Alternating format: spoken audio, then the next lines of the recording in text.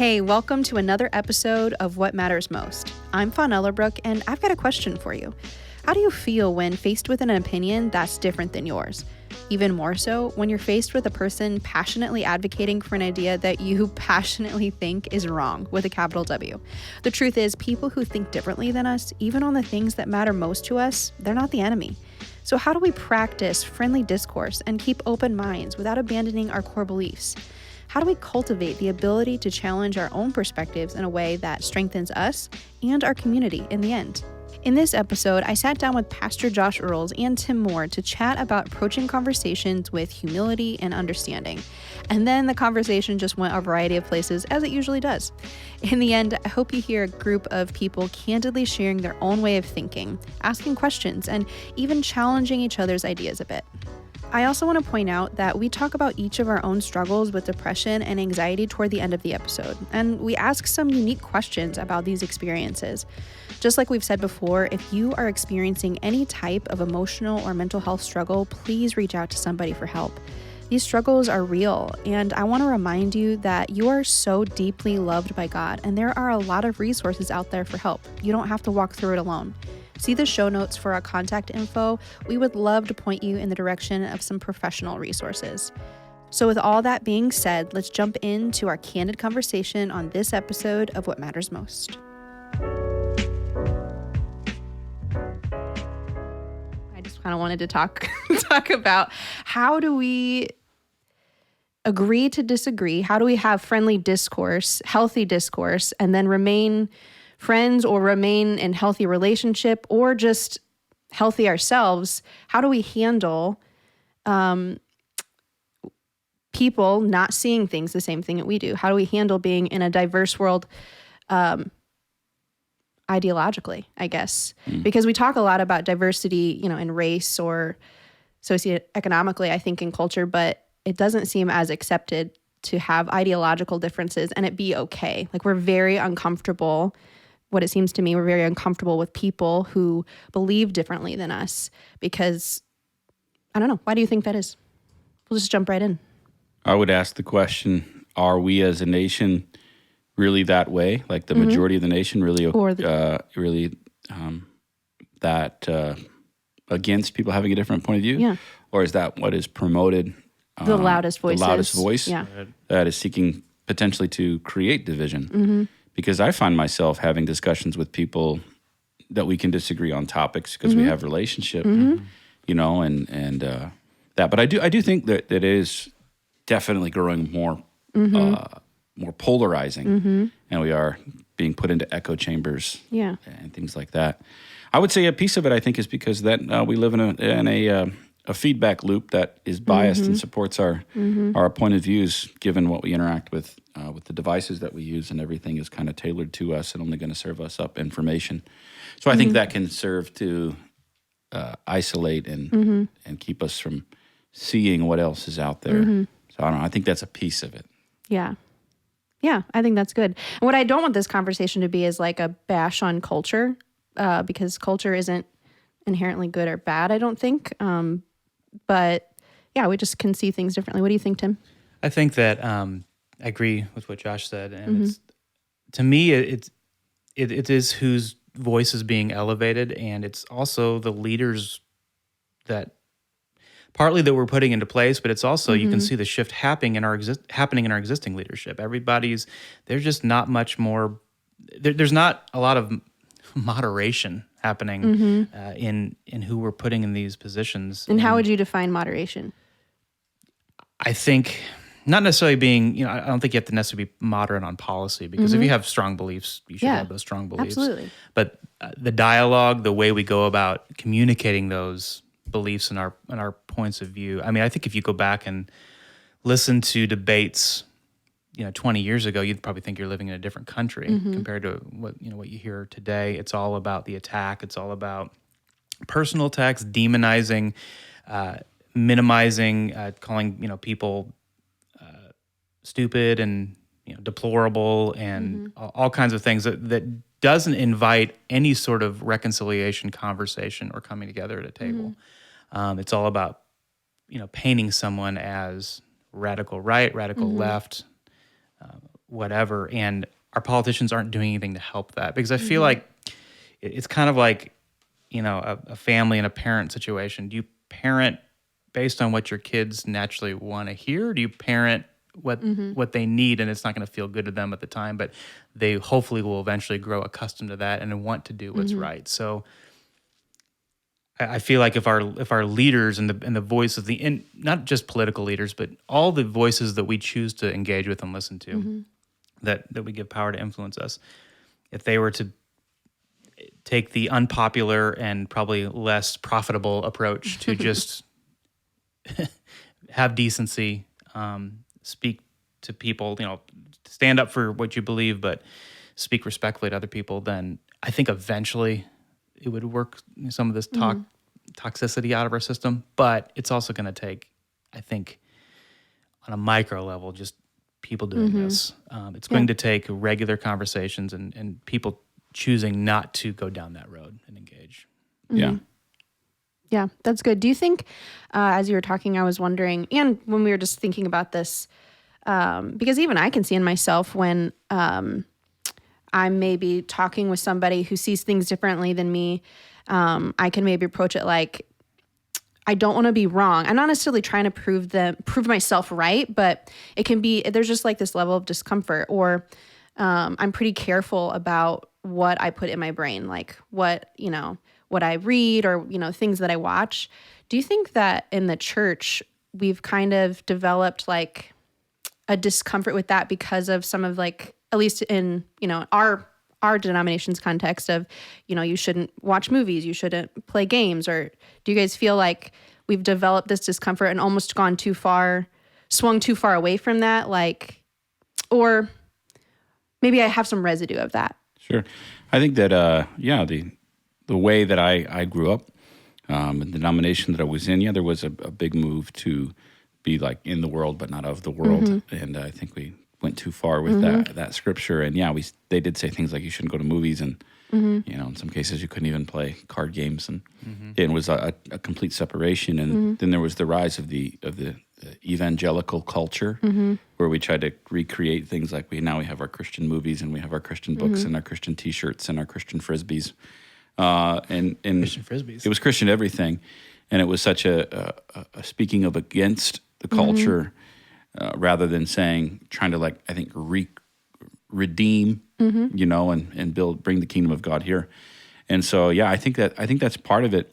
But I was always very curious as a kid growing up, even in that environment. I wanted to know the truth, and so I, unlike you, I think I am careful. I try to know my audience. Sure. But at the same time, I still want to get to the truth. And to me, the truth at times, unfortunately or fortunately, is more important than how you feel.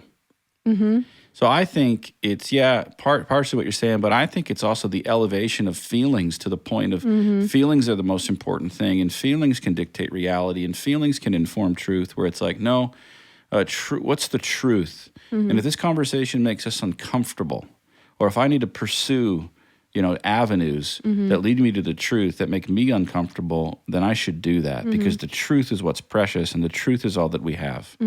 But I think that you need to be considerate of people's feelings. And I don't know if this is the question you were asking, but I think I just kind of wanted to throw something out there, and wherever we go, that's fine. I kind of think that ideas and truth are worth debating and fighting for. Because that's what's so important, because we have to ground ourselves in reality. And I do believe that our feelings will come in line with the truth eventually, but they cannot be the barometer of truth. And, like Jesus, grace and truth, so not being mean about the truth. Yeah. But I think, Well, you said, Josh, you've been able to find yourself being comfortable having these kind of disagreements and conversations with people because you have a relationship there. Yeah. So I'm wondering if part of the issue is we've forgotten about the relationship, and now a relationship only happens if we can agree in the first place, and that's like a qualifier to even versus like starting with, hey, I don't know you, but you're a valuable human being. I believe God created you, and whether we work together, we see each other in like the kids' school line, or there's some reason that that the world is having us interact with each other. So I want to put value on you as a human being, and so let's have a relationship, and then we can get to the place where we talk about maybe some harder things and what we believe. Sure. But we start with a relationship versus now I think what we do is tend to isolate and just get in our bubbles and say, I want to be in a quote unquote safe place where people generally believe and think the way I believe, so there won't be that conflict, and then it's just easy to have like a relationship. Do you see that happening? Oh, for sure. I mean, it makes sense when you consider like what I've been talking about a lot lately, Edwin Friedman and his work, that we are a chronically anxious society, and the marks of that are 5 things. Number 1, reactive. We react before we reflect. We herd into groups, and we identify ourselves with the group and their ideology, and that becomes the most important identity that we have. And then 3rd, we blame others, constantly blaming others rather than take responsibility. 4, we look for quick fix solutions, fix it now, and then 5, just a lack of leadership. So I would say 100%. That's what happens, and in that you lose civility, and you lose yes, you are a human being. You are not your affiliation with the group. You don't have to look at somebody's eyes and see their humanity. Yeah, see their humanity, and 100%, and that's what I think is so sad. The almost, what would you call that? The destruction of the person, or the inability to see the humanity and recognize and respect the humanity of another person. That just because you have a differing viewpoint doesn't mean you're bad. Doesn't mean you're my enemy. Right. Yeah, I think we've definitely seen that. We're making people enemies, and it because they align with a certain viewpoint or a certain person, when really, I think all of us could agree we want people to be healthy and, I mean, happy to a degree. Like, we all want good things for one another. It's just we go about that differently, and then we allow those methodologies to separate us and silo us.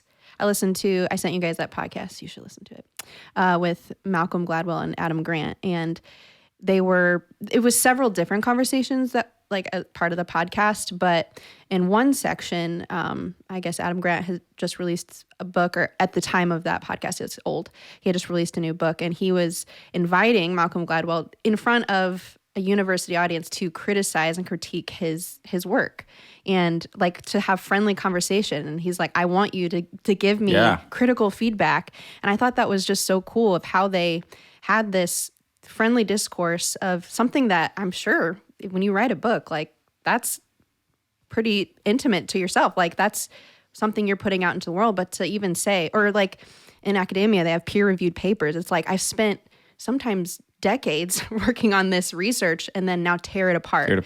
Tell me where I'm wrong. And to want that, to desire to say, I need you to show me what I'm missing here. Show me where my blind spots are. To even admit that. I thought it was a really great conversation, and just a good example of how two people who, have perhaps similar worldviews in some ways and maybe not in the others can just respect one another and respectfully disagree. I think that's such a wonderful thing. Wouldn't it be nice if we could put that on the air, social media, the amount of conversations that are happening where people are disagreeing in a civil manner? But that doesn't sell. It doesn't. It doesn't get clicks, I'm starting to see a little bit of that. Like, at least maybe it's the media that I'm choosing to ingest. I'm looking for that, looking for just like rational, reasonable conversations of people that are differing. I've never been one to like pull up an interview or a political show that's just like where all the talking heads all feel the same way. I mean, it's just a noise. I'm like, right or left, I don't care. I'm looking for healthy conflict, healthy disagreements, and because it's going to make me stronger. And Fawn, something you just said made me think. You mentioned the term friendly discourse. Do you guys think friendly discourse is possible virtually? Yes, I do, because I think it's contingent upon the people you're having virtual discourse with. And if there was like a predetermined, like, this is what we're, like, a purpose, like, this is what we're doing. I guess the reason I asked is you because... mean like typing or like FaceTiming?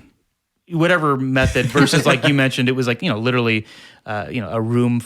He was asking an audience of people too. Well, he was asking Malcolm Gladwell. They were having this conversation in front of an audience. So to me, that's even like a different level. It's like, I want you to do this in front of everybody. Because I think part of, we talked about these bubbles that we're getting into, and technology has perpetuated that because of social media, but it's also enabled our lives to look so different. Like now, not every industry, but a lot of industries you can work from home. And so that perpetuates a bubble where you're not, you're only interacting with your coworkers, maybe for, depending on the job, a few minutes to an hour or two on a screen where they only see this, 20% of you. Your nice shirt. They don't see your sweatpants. They're only seeing what you want them to see of you. Yeah. You can even, turn off the camera, kind of go incognito, whatever. And so you're just this is going to go into another debate about whether, virtual relationships are real relationships. I'm not going to argue that. But you do have much more control there in selection. Yeah. So you have that. You have other trends, and I'm not bashing, because I know there's some that do homeschooling in the room here, but you have a rise in homeschooling, and that also is a different, there's some great benefits there, but there's also some things that they don't get exposed to. So I'm just thinking our culture and our technology is allowing us to further and further not have to physically be with people that don't agree with us. Would you agree with that? Yeah, I think you could. Not, I think it has the potential to isolate yourself. Yeah. So, for example, homeschooling, because we homeschool. So then we realize we have to be intentional about making sure that our son is in environments where he's going to experience some things. Now, obviously, we wanted to protect him from some things, but you can't protect them from everything. But you do that. But I would venture to say that there's some people that might have the opposite objective. Sure. To home, they say, I want to protect. Protection is the number one, and protection goes for past just protecting them from things that I'm not ready for them to, process this and deal with this, and that's your right as a parent. But then your protection goes to they're never confronted with ideas and things that are counter to what we believe. Yeah, I mean, and I think then it goes back to the individual person, right? And but I think the problem isn't the technology. Responsibility has to be put upon the individual and how they utilize that, because technology is what is it? Moot morally? What is the word? It's indifferent. It's indifferent. Agnostic. It's agnostic. That's what I was looking for. That's a good one. It is what it is, and it's a tool. I agree. And it's the people who utilize these tools. Because I think about back in the day. Let's take when the country was a more agrarian society, or just take any country now you look at that's primarily agrarian. Yeah. People weren't around people all the time. They worked at home because they worked on the farm with their family, but they prioritized getting together. And maybe that was on Sunday. Well, and at they church. also had to rely on each other. They had to rely on one another. You can't just be like a solo farmer. Yeah, things happen. You have to have help. But they weren't living in big cities. Right. In apartment complexes. They weren't working. They didn't have coworkers. But they did prioritize relationship because there was that dependency. The kids did go to school, but it's how they utilized that and what their values were.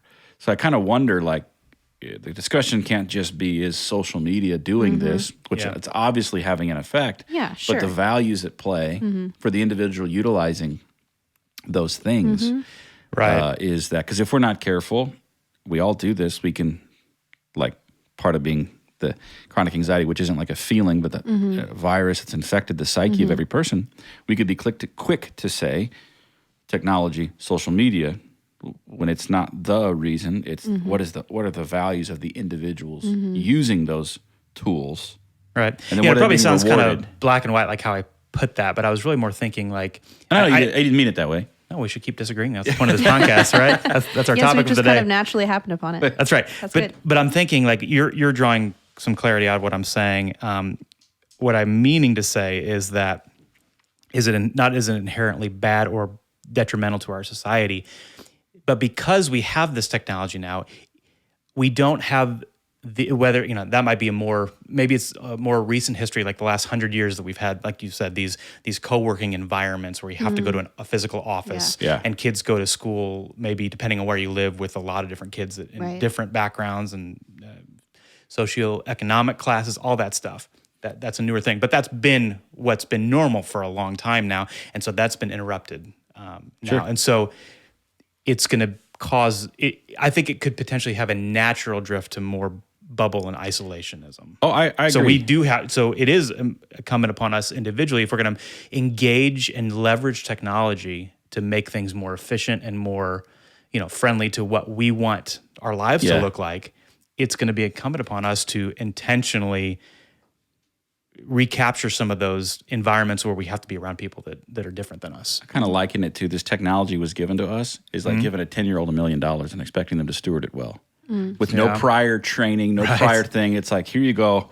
You've got this device that now you can access the world and be connected. And it's like, we didn't know what to do with it. Yeah. And so we went buck wild. Right. Yeah. And it's like, the cat's out of the bag. Yeah. We're all operating with different value systems. So then it's going to be like bumper cars. You're just going to be like kind of bumping into one another because it's like, I want this certain thing, but you want this certain thing. And sometimes those things can kind of go along with each other, and sometimes they do not. Yeah, sometimes they're completely in conflict. So how do you deal with that? Like, and is that okay to a degree? To what? Like to just come to a place where it's like, we have either this great tool and there are some people that use it for this reason and I use it for this reason. How do we kind of get to a place where we're like, it's okay? I think it has to be okay. Okay. You got to find a way because it's not going away. The only way to eliminate that is do away with it. Can't put it back in the box. The cat's out. So then how do we? I agree. I think we will. I'm not naturally an optimist, as you know me pretty well. I tend to be a little pessimistic, definitely contrarian. But maybe my contrarianness is playing to my advantage right now. Actually, I'm pretty hopeful for America and just society in general. I think we will figure this out. It's going to be really ugly and take a while, and I don't think we're necessarily at the bottom, quote unquote, of what this feels like. We're like in the confusing teenage years where we're like, I don't know what's going on. Things are changing. Because I just think that it's in our best interest to eventually figure this thing out. I'm not a doomsdayer, so I don't think this is leading to our ultimate demise. I think this is leading us to a lot more pain points to get to a better reality in the future of being able to work together and being able to just get some point. It's just like, I think we're already seeing some fatigue with all the outrage in some ways. Maybe I shouldn't say that because something will happen and you'll be like, oh, that idiot. He spoke prematurely. But I just think there's only so much, we can legitimately take in, and it's like we're gonna have to choose to. It's maturing, like you said. It's going through teenage phase to young adult phase, where you have to like, okay, well, I can have access to everything. I can technically do whatever I want, but is it beneficial? Right? Yeah, that's a really great question. That old saying my parents used to always say, Josh, just because you can doesn't mean you should. Right. Yeah. And thinking about that, even I know you could bring a Jurassic Park. You were so busy doing this, you didn't even stop to think if you should. Yes. Oh, Malcolm. Malcolm. Yeah, which is interesting, and I think we have, if I could speak as like a parent or even someone who's in a position to influence kids, I think we need to be very careful how we talk about the things we disagree with people about, because we're imprinting upon them. Yeah. I think about sometimes listening to my son, we'll talk, something political will come up. Like, we don't talk about it a lot. And I hear him echo something, a sentiment. And I'm like, buddy, there's a lot of things that are contributing to that. However, this individual is still in a position of authority.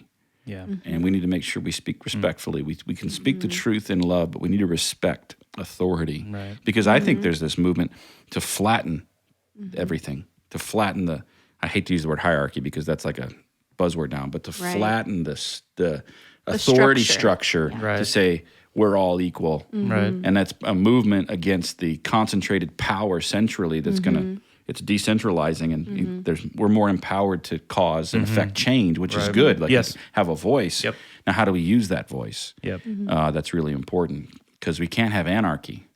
Right. Like the whole drain the swamp.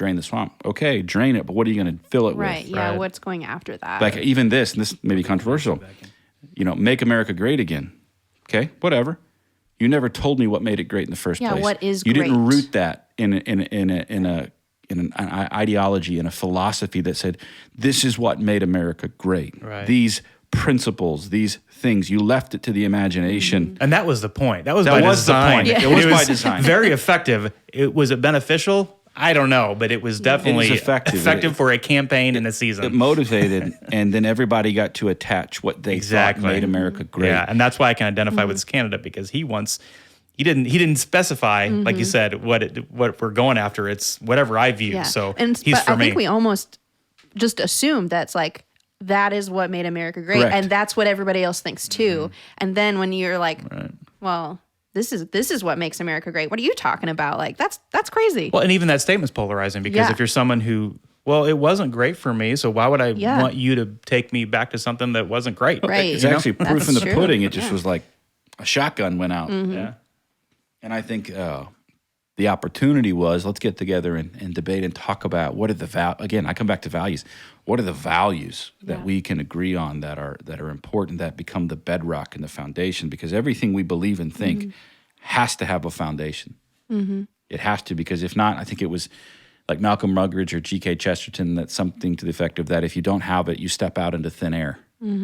What are you standing on? Yeah. What are you basing your life on? And so that brings me to a question. With listening to that conversation yesterday, they were talking about how they hoped that in 10 years they've changed their mind on some things. Yeah, because they've absolutely. Like, I don't want to be consistent in all things, with the exception of my core beliefs and values. Obviously, those things, you should have a solid foundation. So how do you go out and keep an open mind and be conflexible, like we talked about the other day, confident and flexible, while maintaining those core values? How do you change? How do you allow yourself permission to change over the years? Or maybe how does that happen?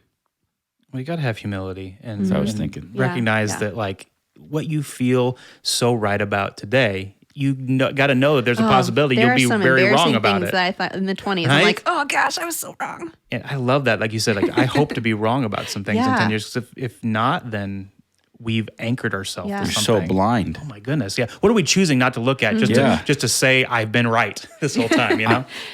For sure. And I think that the opportunity to say, look, I believe this, but I don't believe that I'm always right. And I'm going to be confident enough to put it out there. But I'm going to also be humble enough and flexible enough to think this person is going to have a different perspective that may inform mine. And I want the truth. I think, again, if I prioritize the truth, hopefully that makes me a bit more humble, and to say, okay, I was wrong. Now, when I'm confronted with different things and I've got a decision to make, you know, and people that you trust and you respect, and, you know, it's huge. But I think you hit the nail on the head, Tim. Humble. I'm humble enough to say, I go back and listen to some of my messages, and I'm like, oh man, I've not been like so wrong that it was compromising the gospel, but I'm like, I don't think I'd say that. But 5 years removed. In the moment, you felt strongly about it. Well, I think, like, even how we do church, like 6-7 years ago, I would have thought it should look a certain way. Like, this is what success looks like. And now I'm like, I don't know. I don't know about that. I still struggle like, with that. My metrics, my head still goes in old metrics because, you know, it feels more safe that way and known and like, okay. Well, and some of it did work to a degree. Right. Yeah. And there's another point. Just because it works doesn't mean it's success long term. Right. You know, it's another discussion. Oh, can there be long term success, or is it just every success is a season? I think my question would be then, what is your definition of success? That changes. And that's so. I don't want to commit to anything. Can it be like, you know, I remember T.D. Jakes saying he never prayed to be successful. Yeah. He prayed to be effective. Right. And I think that's a very different prayer. Right. You know, does I want to be effective? And what is effectiveness? Then you have to define that. Which, again, it is countercultural, especially for Americans, because we do have success as kind of like a baked-in value for so many of us, and that's a moving target all the time. And I try not to be like that's all bad or all good. Certainly not all good, but I don't think it's all bad. Yeah. To aim for something, to have a mark on the wall. But when you start to derive your entire value and worth from that is when you'll never be satisfied. Right. Yeah, that's good. And I think this leads to a point you talk about changing your mind. One of the things I see is that people will come to the table of a discussion and they'll have a pre-commitment to an idea that will supersede any information that they get. And they're more concerned with maintaining their belief in that, or their pre-commitment to that idea, that no matter what comes their way, they'll not change. And I think we saw some of that in the pandemic, in a sense of, not politically, that powers that be chose a path to move down.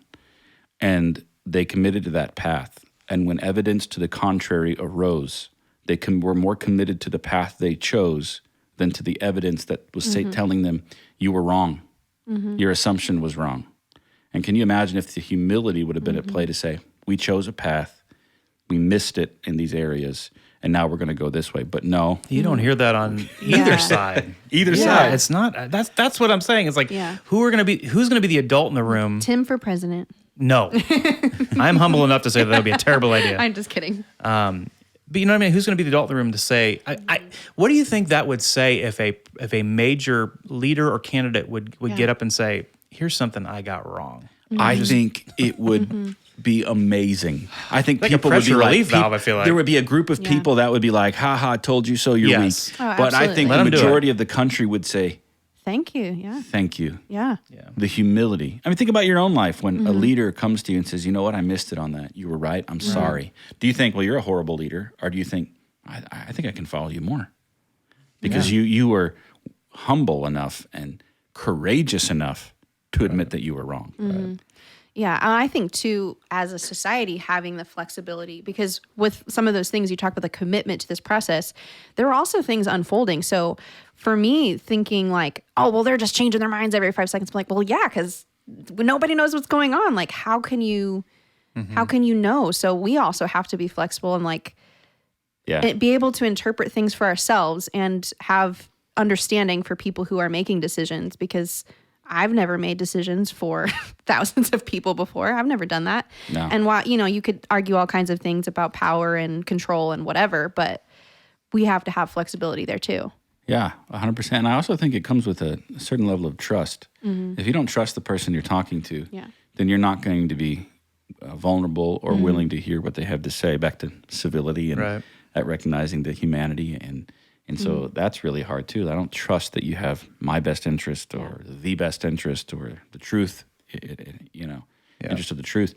Then you're gonna continue to paint yourself into that corner and lash out. I think too is an interesting thing to consider that. And I think that as we've navigated the last few years, the mistrust in organizations and institutions, and sometimes justifiably so. And justifiably so, is creating a very difficult environment to orient. And I think as human beings, we're wired to have a narrative. We have to have a narrative to make sense of the world. And in absence of a functional narrative, we create one for ourselves that we can live in and move forward in because we can't live without it. That's why I think the majority of the scriptures are written in a narrative form because it allows us to make sense of the world. Interpret it for ourselves. Interpret it, and not for ourselves in a sense of like, this is my truth. But to interpret in a way that we can see ourselves in the story of pursuing God. You know what I mean? Right. And say, okay, this is the truth. These are the things we believe, but I have to interpret that for this time. Because if it was just a big rule book, we'd just argue about that the whole time. We would argue about it. Yeah. And use it to beat, which we have. Yeah. Use it to beat people over the head with it. Yeah. And so I think there was in that sense of when the world hit a wall, and we became aware of the things that were already going on. It just exacerbated, like, here's kerosene on the fire of everything. Boom.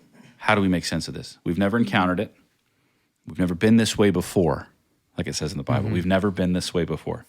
Okay, we need a narrative. We need something to make sense of this. And in absence of that, we went and found our tribe. We went and found our thing. We picked our own way to say, this is how I'm going to make it through, for my family. And I think, that was just a survival mechanism. Which really does level the playing field when you look at it, because it's just a human response. Sure. It's just how we respond to things to, like you said, survive and to make it. Yeah. And then you could see, like, we couldn't separate the institution from the people.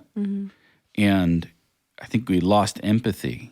I can remember myself at the beginning, and I hate to take the mask thing, but it's just so prevalent to think. I wasn't wearing one, but I saw other people. And I'm like, geez, come on. This is what I'm thinking in my head. Yeah. And the thing that changed me is I walked around the corner, and there was a lady. We kind of met at the corner of an aisle. She had a mask on, I didn't. And I saw the fear in her eyes. And it changed me. And I thought, this lady is legitimately afraid. This isn't a political thing anymore.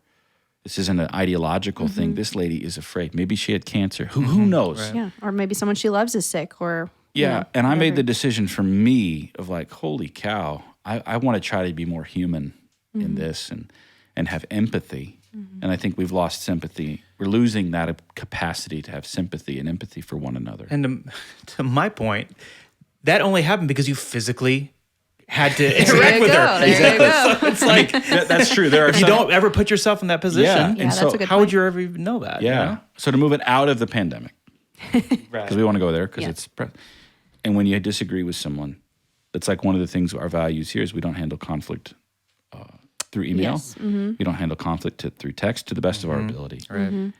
Ideally, it's going to be a face-to-face meeting. If you can't, then a phone call. But there's something that happens when you sit across the table from someone and you have to look them in their eyes. You find that you would not say to them what you would write to them on an email. I just came from a conversation that I anticipated was going to be really bad, but it was incredible. It didn't end the way that maybe I necessarily would want it to end, but I sat across the table from this person and I looked them in the eyes and I looked me in the eyes, and there was encouragement and all of these things, and then our eyes were tearful, and it was a beautiful thing. And I had to confess that I came into the conversation with a narrative to make sense of what was going to happen, to protect myself, maybe. And then I heard from them and I thought, I was so wrong. And I'm sorry I put that on you before you even sat at the table. How I've known you to be, you've always been. And you've never done any of the things that I assumed you were going to do. Right. So for that, I apologize and appreciate you. And it was just this reminder of like, wow, when we come into conversations preloaded. At least I do. Right. That instinct to protect. Absolutely. And it's like, if in our sense, since we believe and have faith that God is good and you're a Christ follower and that love believes the best. It's not weak. It's not going to just say things are good when they're bad, but it believes the best. And I'm endeavoring to believe the best about people until I'm proven otherwise. Well, and it has a heart for restoration too. Yeah. Like, even if someone's done wrong, it tells us, Scripture tells us to restore them, help them. Obviously, there's boundaries, but we should always have love and restoration in mind to the best of our abilities. And believing the best about someone that you fundamentally disagree with, that you don't have a relationship with. That's hard. It's really hard. Right. Why do you think that? Why is it hard? Because you're not starting from a place of, I want to preserve this relationship. You're just at a place where I want to prove myself right because I don't care about you ultimately. And so you're just going to be here as a person to validate why I already think you're wrong and everybody like you is wrong. Yeah. You know what I mean? And so that just you're making them a caricature rather than a human being. And you're making them a character in your narrative that, right? Like they have to fit this role. Okay, you're the enemy, you're the whatever. Right, exactly. Yeah. Or sometimes I found myself playing out, like reading stories that have not been written yet. Like I'm even imagining like this is how they're going to respond, or this is I'm like, wow, that is not real. That's 100% fiction. What are you doing? Let's reorient ourselves on what is actually reality here. Yeah. Or sometimes you have to have somebody, you say something aloud and they're like, that is fun. That is actually not true. That's not real at all. Yeah. I kind of wonder if it is a mark of that anxiety that we are experiencing. And anxiety, as I've been studying, it always leads to validate itself and it seeks comfort. Yeah. So it retreats to comfort and validation. Yeah. Rather than confronting and giving someone or something an opportunity to tell us the truth. And then we have to choose to believe that. I'm either going to believe the negative construction that I brought to the table, or I'm going to believe that what you're saying is true for your motive and your intention. Assigning motive and intent to people before you sit down with them, or even to words they may have said before you've clarified it, that's a dangerous game too. Oh, yeah. I don't know how many times, Tim, I've thought, even like, we're close friends. And you may, hey, can I meet with you? Right. And I'm assigning intent and motive to that meeting. All right, what do you want to talk about? What is I need to know before we sit down. All right, Yeah. What horrible thing are you going to tell me? Right. Oh, hey, I just need some clarity on But what's this. the most horrible thing I could even tell you? Exactly. Right? Like, imagine the worst, and I'm not going to say that, so it's going to get better. It's crazy to think we do that with people we love. Yeah. I do that with my wife. Yeah. Now, to think about, I do that online and people I come into contact with, and it's, holy cow. Yeah. So maybe, Tim, we're all back to the point you said. If we could get around a table and look each other in the eye. Yeah, I don't want to be the one, like super like fuddy-duddy old school guy that is going to like reject. I'm certainly not going to be the one that rejects technology because I love what it's done for us, and it's I do believe it's lifted a lot of people out of poverty and created opportunities where there would not have been one, and it has leveled the playing field. But that does come with responsibility, right? And we've got to figure that out, grow up, and realize that just because I can technically stay home, like for me, me, I'm naturally very introverted, and I naturally would just be happy being at home, doing my work, doing my thing, just being with my family because I'm comfortable with them and not having to go places and interact. But I realize how unhealthy that is for me. So I force myself to be in environments that I don't naturally want to be in because of those effects. Yeah. And my, I struggle with depression. So that goes through the roof when I'm isolating myself. And you said anxiety earlier. And that, boy, talk about a buzzword that we have in our culture. And it feels like, well, I didn't know how many people struggle with anxiety until 2020 came around. Right. And so, but I'm ignorant to it. I've had a little bit of bouts of anxiety this year for the first time really ever in my life that I can remember. But I still don't feel like I understand it and know how it affects people. But it feels like rather than anxiety being a signal in our brain that maybe something, kind of like anger, something's wrong or something's out of place, it's now become an identity. Sure. Well, identify as I am anxiety. That's my thing. I always think it's interesting. We say my anxiety or my depression, my this, my that, and it's like our pet. It doesn't have to define you, right? It does not. No. It's just something that you have to realize. Okay, I think we all have different triggers for when stress gets introduced to our lives. Yeah. How our brain tries to cope with it. And for some of it's depression, some it's anxiety, some it might be control or whatever the thing you want to ascribe. But it doesn't. It's not who you are. It's just. It's you again. It's a responsibility. Like, what are you going to do about it? Yeah, I this morning I got a text from someone said, "Hey, can I meet with you?" And immediately I think I knew what it was going to be about. So then, I read that, I knew, and then my anxiety. I'm no judgment. No, seriously. Should you name your anxiety? So I felt the anxiety. I felt it hit me. Yeah, literally, I feel it in my throat, and I was like, all right, Lord, what do I do? I started praying, and then I said, I need to call someone that I respect and that can help me walk through. So I called him, and I said, this is what I'm thinking, this is what I'm feeling, blah, blah, blah, blah, blah.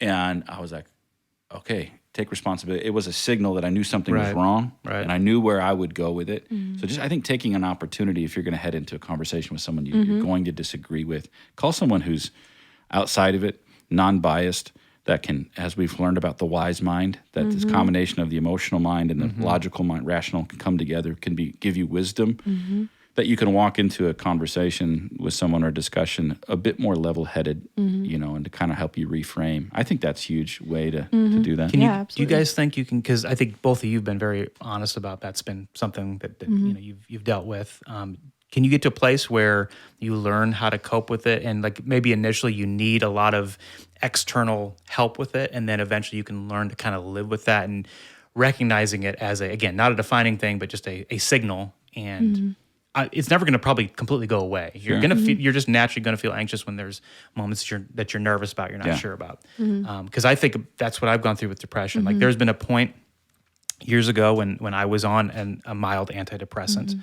And I was on it for about 6 months. And I remember it helped the immediate problems that I was feeling. Yeah. But it didn't work great for me because I didn't feel like myself. I told Josh the other day, like it made everything very level. I didn't feel high highs or low lows. Yeah. Everything was in the middle. I didn't feel a lot of anything really. I didn't like that. I'm like, well, I still want to be human, Right. And antidepressants are very helpful. I'm not saying like that they're bad. I think that is actually a common struggle. Like I've heard people, it's like, I can't cry. Like I don't have emotions. Well, I can't cry anyway, but that's a whole other issue. But yes, no, exactly. Yeah. Like you want to be able to feel what you're going to feel. So for me, I decided to like try being off of that. And then I went through probably 3 or 4 years of off and on struggles of bouts of depression and learning how to live through it. And I'm certainly not saying I'm cured of it and it's all gone, but I have learned how to finally develop a rhythm for myself. Some of it involves intentional, healthy distractions when I can feel a season's going to come on. Absolutely. Like for me, it's it is seasonal in some ways. Like I really don't like winter. Yeah. I don't like the lack of sunlight, and so that makes sense. Yeah, I think a lot of people deal with that. So I found ways to try to like distract myself from that. I'm going to keep doing that. Do you guys find that there are things you can do to kind of like, head that off a little bit, or to try to like get to a place where you can just live with it better? Yeah, I mean, I think for me, realizing how much of an excuse I made it, like I remember telling Misty once, like, I feel like everybody just knows me as the girl who's afraid and anxious about things, and I use it as like a cop-out. Like, if I don't do a good enough job here, it's because I'm anxious, or if I don't process this one thing, it's because it gives me anxiety. And there's always going to be opportunities for anxiety or to feel, I mean, if you have seasonal depression, it's going to come every year. Like the seasons come, unless you live in California, I guess, where there's always sun. But maybe that would be a thing too, like because you didn't have change. I don't know. Like everybody's, it's a real thing. Everybody's different. So there's always going to be opportunity. But I think recognizing, like you said, recognizing the triggers for it, and that whatever perceived bad thing, if that did happen, I would still be okay. Like the other day, I said something passive aggressive in our meeting, or at least I felt, and I had to apologize. He wasn't even there, which actually made it even more passive aggressive. But now I want to know what it is. I said something about like the video editing, and as I said it, I was like, well, that just revealed that I have something ugly in me. And so I had to apologize. Before, when something like that happens, I have a tendency to like spiral into like, oh, well, you're a bad person, and everybody's kind of a fatalist view. Yes. Horrible. Oh my gosh. Yes. But I still go through that, but I have more of an ability to realize that it's really going to be okay. And I don't get stuck there for as long as maybe I used to. Because before, maybe in years past, I would have sat on that for days. And I would have talked to Tim about how terrible of a person I am and how horrible, other people might think I am. But, I was able to say like, hey, I said this stupid thing. I'm sorry. Yeah. And you don't even know that I said it, but I did. Right. Right. Yeah. So to kind of like come back to what we're talking about, like how do you disagree with people? Like there's so much anxiety in the air right now. And I almost wonder if that's, really keeping people from engaging, because it's going to trigger anxiety, or it's going to be like, I just feel, you brought up like feelings are number one. Like anything that's going to cause me tension and these feelings that I don't want, I'm going to just avoid. Yeah, for sure. I found that, with what Fawn was saying, the dealing with it is the image I get, and what I know I have to do is I think of waves on the shore. The waves will always come, and I have to sit there and let the waves come, but I've got to let them go out. Like these anxious thoughts and feelings come, and it's almost like I can hold on to the wave and let it there and expect the tidal wave, but I've got to let that wave wash out. And so I have to sit with it, and I have to calm myself down, because my natural inclination is to get busy. You know what I mean? I'm going to start, okay, let me go here, and let me go here, let me fix this, and let me fix this. And, to like avoid that feeling? To conquer it. To conquer it. I'm going to alleviate that feeling myself, so I don't feel anxious. I want control. Right. So you need to meet with me tomorrow at 9? Right. Oh, no, we're going to talk right now. You are going to alleviate my anxiety, Timothy Moore. Yes. Cancel whatever plans you had. Yes. It's all about Josh. Exactly. Because I am seeking to alleviate that. Yeah. Whereas now what I realize I need to do is I need to sit. Yeah. I need to breathe. Yeah. Like you called me a number of weeks ago, how do you deal with some anxiety? Yeah. And I gave you like a breathing technique. Right. And it really, what it does is it's allowing you to have a release of whatever those chemicals are and be able to think a bit more clearly and say, okay, perspective. Yeah. I learned that from my son, because he goes to therapy for some things. They taught him breathing techniques to regulate emotionally and colors. And I'm like, dude, I'm in a blue zone right now. And then Carson has helped me. But and I think the only way is I can't retreat to comfort, and I can't retreat to validation and all that. I have to move into it and let the wave hit me and let it go out and realize this is never going away. Right. Yeah. There will always be something that will trigger it. I met with John a couple weeks ago just about some things that I'm processing, and one of the things she said that I've been literally saying out loud to myself, because I find myself then like getting back into these places of bitterness or sadness or anger or whatever. And she said, rumination doesn't help. And that is 100% when I feel anxiety, or for me, I get most anxious. Like when I can't control a situation, or maybe it's like unsettling, or if I feel like I've done something wrong. It's like apocalyptic to me. Like that's how it can feel. But rumination doesn't help. So at some point, for me, I do have to distract myself in some ways because it just has to you just got to stop the spiral. Yeah. And then you can kind of take a step away from it, and then, okay, what is actually real, and what do I need to do something? Yeah. I've come to a place where it's like I used to have a really hard time with, especially like when we're in meetings or if I'm out with some friends and I said something that I feel like, well, that was stupid, or did I hurt their feelings? Do they think badly about this person now because of something I said? Because I do my very best not to do gossip. Like that's not who I am. But then I'm like, oh, was I gossipy or whatever? Now it's like, if I said something wrong or if I did something wrong, I can apologize. And at the end of the day, someone else can approach me and say, right, you hurt my feelings, or I saw something in you and that was not cool that you did that. You need to either evaluate, check yourself before you wreck yourself, or you need to apologize for something. Yeah. Well, you're a human. You're not a robot. And nor are you perfect. We don't give ourselves, and I've been the same way before. I can remember, my emotions can take me back to specific things I've said that I just feel stupid now for saying them. And it's like I could it just beat me up. And it's like, well, I'm a human being. Number one, everybody else in the room probably doesn't even remember I said it. Yeah, they don't think about you as much Josh, as... we elevate our importance so high in our own heads. But we do it in humility. Right, exactly. A good Christian way to be a narcissist. Yes. But yeah, I know. I was thinking, like, do you ever thought, like, did God design anxiety and depression as a natural part of our brain, the way it works? There are some people that just gasped. Yes, and I'm questioning. I'm not making a statement. They just thought, be anxious for nothing. Right, but it's an interesting thought. Because it occurs. I don't think there are certain things that exacerbate it, but I don't think like that's a new existence. I don't think that God designed it. I think it's a direct result of what happened in the garden, where anxiety and depression are rooted in. I'm not a counselor, so these are my words. Yeah.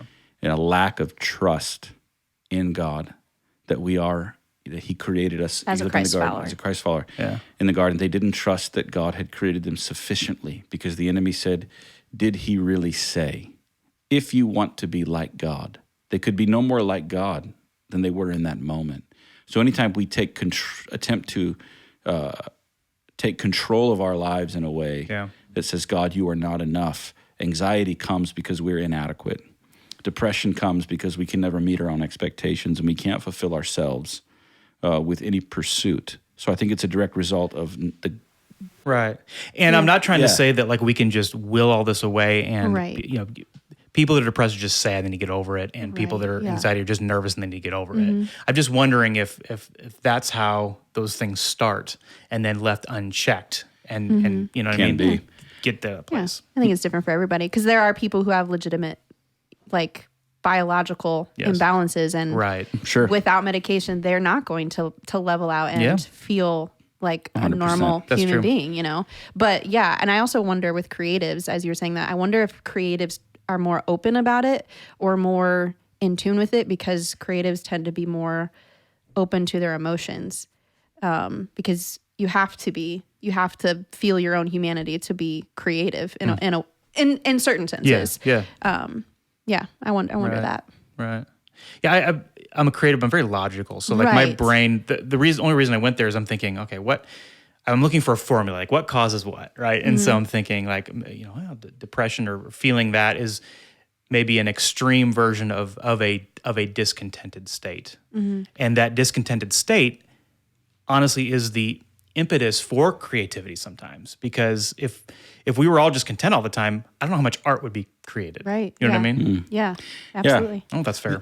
I think I would still say this, that God may use anxiety and depression to draw us to Himself. Not that He gives it, but I don't believe He created it in a sense, to think that's right. And I think it is a direct result of what happened in the fall of man. Because and maybe I'm an idealist, but I don't believe if things had remained they were in the garden that we would ever be depressed or anxious about anything, because we would be so oriented that God is our Father, that He is our provider, and that everything is taken care of. And the art that we would create is a direct result of the goodness and the beauty that comes from Him. And as an act of worship, I create, not out of discontentment that I create. Was there tension in the garden? Tension. What tension? Any type of tension. Obviously, there was. Yeah, before the tree scene. In the original design, Yeah. was it designed to be a place to have tension? I wonder like this because I look at tension 2 different ways. There's negative tension and there's positive tension. And I've said this before. We're sitting in a room right now that we're very thankful for the tension structurally. Because if there wasn't any structural tension, we would be caved in upon. Yeah. And so I wonder if it was a violation in that structural tension that God had created that now spilled out into the world. Right. I don't know. Now we're postulating, but that's a very fascinating question. You know what I mean? Because I just thought like part of what creates progress and just so many interesting things in this world is born out of tension. And having to come up with a solution. To manage it or alleviate it. Right. And so... Yeah, I just we're probably going to get into like places we don't want to go to in this podcast. Good question. Some stuff, but I'm thinking podcast. like, was the design to keep us safe and comfortable? I don't think so. Right. But tension is and problems and issues are sometimes the only thing that gets us to be creative, to be a representation of our creator, to design something, to create something. Sure. Otherwise, it's all just set there. I think there would have been, obviously, like some sort of tension, whatever you want to call it, because we'd go into the world and be fruitful and multiply and prosper, and we would create, and we would find issues that we encounter. Right. Because problems aren't always bad. Problems are just sometimes the fruit of I attempted to create this, and there's a problem facing me. And I need a solution to it. Yeah. And that problem isn't bad. It's something that I didn't consider, I hadn't thought of. And I work through that, So I don't think it would have been like this, safe environment where we're like, what do they call those angels that are sitting on the clouds? It would have been like the Precious Moments Chapel. Cherubims, Oh, the Precious Moments Chapel. We used to go there every year as a kid. Feels very scary to me. Did you ever go there? Carthage, Missouri, right? Carthage, that's right. No, thank you. Yeah, I've been there. Figurines? I don't know. There's something that was fascinating about it, and but you probably find it a little creepy. A lot of dolls staring at you. Yeah, or not dolls, but that's not my figures jam. painted on the wall. But it's very beautiful artwork. It was very beautiful artwork. That's nice. Yeah, I don't know. My mind just goes to the because I think what triggered that for me, Josh, is when you said, "Oh, I think God uses it, but this is all a result of the fall," and we hear that a lot. But it's almost like you're saying, like, well, we screwed it up, so this is all like everything since the garden is not God's plan. Like it's a consequence. I know you're not saying that, but I almost hear that like it is a consequence. So like we screwed up perfection that He created on this earth, and so that's why we have all these things. And I'm just again, this is going to go into places that like we're not going to debate the, Old Testament and Genesis as being literal or being a illustrative. But I do wonder about like what's he trying to tell us in the story of creation and in the garden. Yeah, it's interesting, because when you think about it, the story and why things are the way they are now, and then you couple that with what we believe that God has given us free will to choose, and inherent to free will is the opportunity to not choose the right thing. Right. And then you think about love, that God is love, and love cannot exist where there is not an opportunity to choose, because if you're forced to love, that ceases to be it's love, not a and it real becomes love. a robotic response. Right. And then so God seemingly predicated this whole thing on relationship and giving us the opportunity to choose Him, and all He ever did was reveal His goodness and who He is with us, and said, "I'm giving this to you to steward. Right. This is the way that if you do it, it'll be productive. This is the way that leads to destruction," and that's a binary choice. But it's still our choice. But it's still our choice. That's a fascinating, and difficult thing to. And then to segue this back to the topic that we're talking about, it makes me think of like what I do with my kids. Like they're raised in church, just like I was raised in church. But I'm always trying to be careful of like my son is naturally compliant, and my daughter at this point is too. And they're such good kids. But I'm like, why do you guys? We take you there, but why do you believe what you believe? I ask the question that all the time. Yeah, right. You're trying to do that, like because I want it to be their choice. I want to raise them in this environment because I believe it benefited me, and I believe it's benefiting them. But there's this part of my mind that's fearful of not making them think for themselves and come to some of those conclusions on their own. You know what I mean? Yeah, I don't ever want my son to, if he chooses, which I believe and hope that he will, to continue in the faith, that he becomes an arrogant Christian concerning the truth. Because arrogance is not what Jesus modeled. We believe that what we have is the truth, but in humility. Absolutely. In the way that we received it by grace through faith, not of our works, unless any of us can boast. Right. And I think if we're not careful as Christians, we become arrogant, afraid, boastful, proud, and militant in saying you have to believe this, Right. or else. Well, yeah, we believe that there's one way, Right. we do, but let's engage in the conversation with humility and grace, truth, and compassion wrapped together, because we really believe this has changed our life and transformed us. And I've listened to this like commentator that's very famous. You would know him.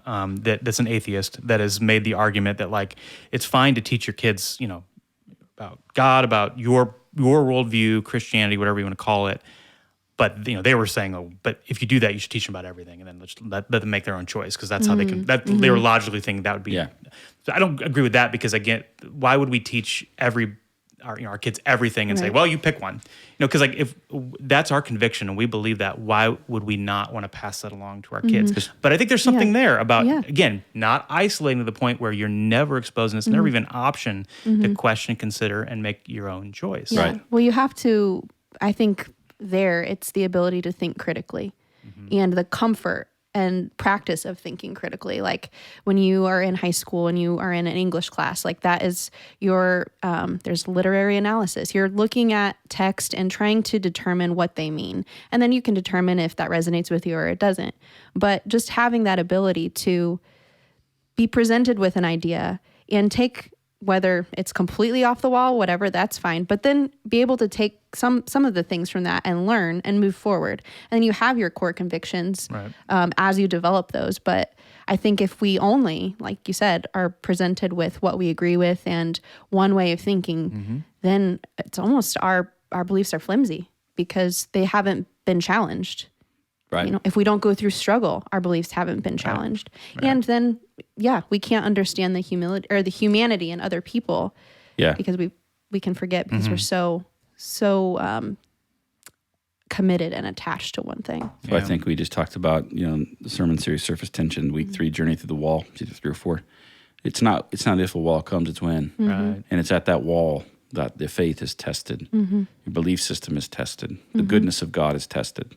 And people who have gone to the wall and through the wall typically emerge a bit more humble, a bit more gracious, a bit more realistic to a certain degree.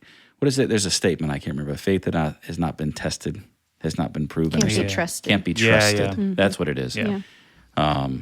So. Interesting. Yeah.